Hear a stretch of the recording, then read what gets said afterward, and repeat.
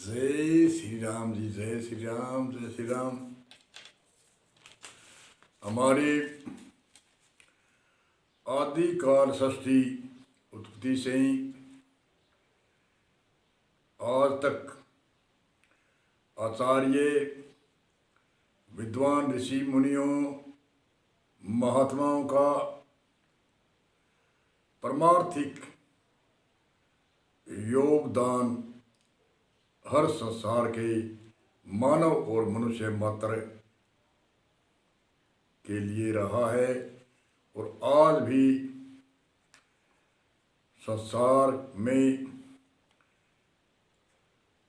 हर मानव मात्र पर ऋषि मुनि, आचार्य, विद्वान, महापुरुषों का योगदान है। जिन ऋषि मुनि सभी ये बताए हैं, ये सभी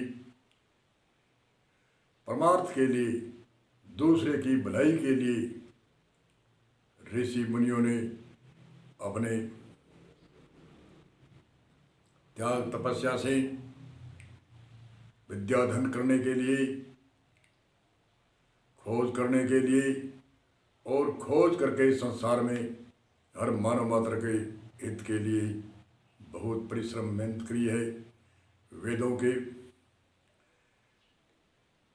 बल से, वेदों का अध्ययन करके, शास्त्रों का अध्ययन करके और वेदांत एक निचोड़ करके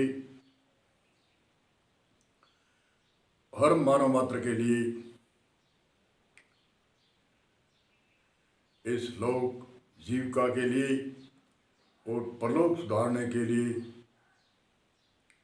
सभी विद्वान, ऋषि मुनि, आचार्य, महान पुरुष, महात्माओं, साधुओं का योगदान पूर्व में रहा है, आदिकाल से और आज भी है।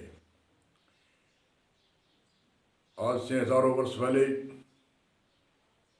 वही 14 आदिकाल से वही 14 प्रकार की विद्या थी और आज भी वही 14 प्रकार की विद्या है, जिनको विद्वानों के द्वारा खोज की गई और आज संसार में वह काम आती है। आगे से आगे वैज्ञानिक युग बढ़ता ही चलता जा रहा है और पूर्व काल में हजारों वर्ष पहले अक्षर विद्या के साथ में संस्कारित विद्या, माता पिता का संस्कार, परिवार का संस्कार, समाज का संस्कार, राष्ट्र नीति शासन का संस्कार आदि आदि संस्कारित विद्या ऋषि मुनि देते थे। और आज हमारे भारत की हम चर्चा करते हैं थोड़ी। भारत में आदिकाल से पूर्व काल में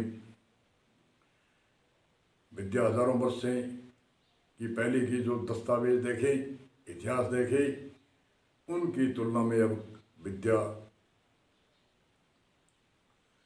तुच्छ लगती है। विद्या वही 14 प्रकार की है, परंतु विद्या में संस्कार नहीं है। जैसे सोने में सुगंध ही नहीं है, इसी तरह से अक्षर विद्या, डिग्री विद्या ये कोई विद्या नहीं होती है। विद्या तो ये है जीविका के लिए, निश्चित ही है भी जीविका के लिए है। जब तक जीते हैं तब तक ही जीविका के साथ देती हैं। राम नाम सत्य होने के बाद में शरीर के साथ में सब डिग्रियां राम नाम सत्य हो जाती है और संस्कार होते हैं वो राम नाम सत्य नहीं होते। वह आत्मा जीव के साथ में रहते हैं, जीव का कल्याण करके आत्मा परमात्मा में विलीन कर देते हैं। ऐसी संतों की शोध है। इसलिए संस्कारों का अगले सूत्र में हम चर्चा करेंगे।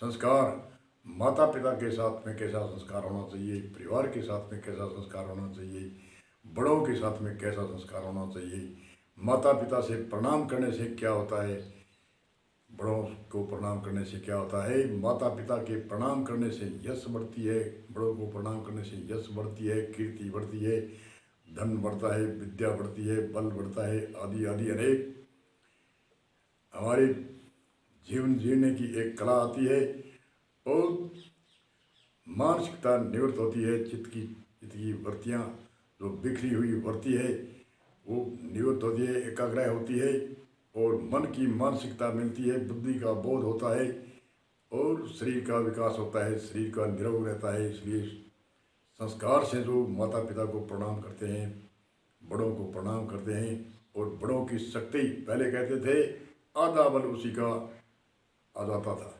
कोई शूरवीर होता था, उनको वरदान होता था कि आधा बल सामने वाले का वह ले लेता था। आधा बल लेने का अर्थ यही है, दूसरे से नम्रता करके जो दुश्मन से पहले पूर्व काल में लड़ते थे, वो पहले अंदर की बात, अंदर की गुप्त बखान नहीं करते थे और सामला जोर जोर से कहता था मैं ऐसे कर दूंगा, वैसे कर दूंगा, वो मौन रहता था, इसलिए उसका बल उसमें आ जाता था। और प्रकृति की देन है, बल तो आपका आपके ही पास रहता है, पर तो ये समझाने की प्रक्रिया है।